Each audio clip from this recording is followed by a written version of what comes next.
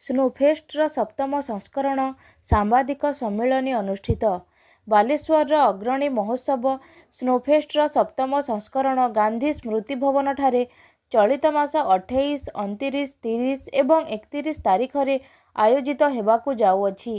ଏହି ପରିପ୍ରେକ୍ଷୀରେ ସ୍ନୋଫେଷ୍ଟର ଅଧ୍ୟକ୍ଷା ତଥା ବକ୍ତା ସୁବାସିନୀ ଜେନାଙ୍କ ଅଧ୍ୟକ୍ଷତାରେ ଏକ ସାମ୍ବାଦିକ ସମ୍ମିଳନୀ ଆୟୋଜିତ ହୋଇଥିଲା। ଖେମଳା ଉଚ୍ଚ ବିଦ୍ୟାଳୟ ରୌପ୍ୟ ଜୟନ୍ତୀ ସମାରୋହରେ ଯୋଗଦେଲେ ସ୍କୁଲ ଓ ଗଣଶିକ୍ଷା ମନ୍ତ୍ରୀ ଓ ପାଲଲହଡ଼ା ବିଧାୟକ। ଅନୁଗୁଳ ଜିଲ୍ଲା ପାଲଲହଡ଼ା ବ୍ଲକ ଖେମଳା ପଞ୍ଚାୟତ ଅନ୍ତର୍ଗତ ଖେମଳା ଉଚ୍ଚ ବିଦ୍ୟାଳୟର ରୌପ୍ୟ ଜୟନ୍ତୀ ସମାରୋହ ରବିବାର ଦିନ ଅନୁଷ୍ଠିତ ହୋଇଯାଇଛି।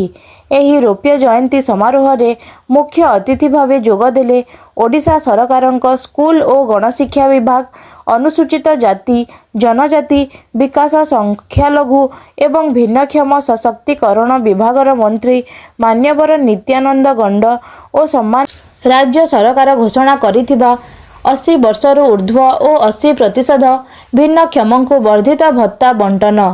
ଅନୁଗୁଳ ଜିଲ୍ଲା ପାଲଲହଡ଼ା ବ୍ଲକ ଶରତଚନ୍ଦ୍ର କ୍ଲବଠାରେ ଆଜି ରାଜ୍ୟ ସରକାର ଘୋଷଣା କରିଥିବା 80 ବର୍ଷରୁ ଊର୍ଦ୍ଧ୍ୱ ଓ 80% ଭିନ୍ନକ୍ଷମଙ୍କୁ ବର୍ଦ୍ଧିତ ଭତ୍ତା ବଣ୍ଟନ କରାଯାଇଛି। ଆତ୍ମନିର୍ଭରଶୀଳ ହେବାକୁ ଚାହୁଁଥିବା ଯୁବକ ଯୁବତୀମାନଙ୍କୁ ଛତୁ ଚାଷ ବିଷୟରେ ପ୍ରଶିକ୍ଷଣ।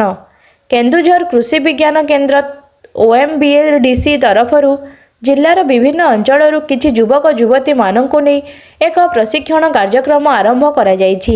ପ୍ରଧାନମନ୍ତ୍ରୀ ଜନ ଔଷଧି ବିତରଣ କେନ୍ଦ୍ରର ଶୁଭାରମ୍ଭ କଲେ ପାଲଲହଡ଼ା ବିଧାୟକ। ଅନୁଗୁଳ ଜିଲ୍ଲା ପାଲଲହଡ଼ା ବ୍ଲକ ସଦର ମେଡିକାଲ ଛକଠାରେ ପ୍ରଧାନମନ୍ତ୍ରୀ ଜନ ଔଷଧି ବିତରଣ କେନ୍ଦ୍ରର ଶୁଭାରମ୍ଭ ହୋଇଯାଇଛି। ଏହାକୁ ପାଲଲହଡ଼ା ବିଧାୟକ ଅଶୋକ ମହାନ୍ତି ଯୋଗଦେଇ ଶୁଭ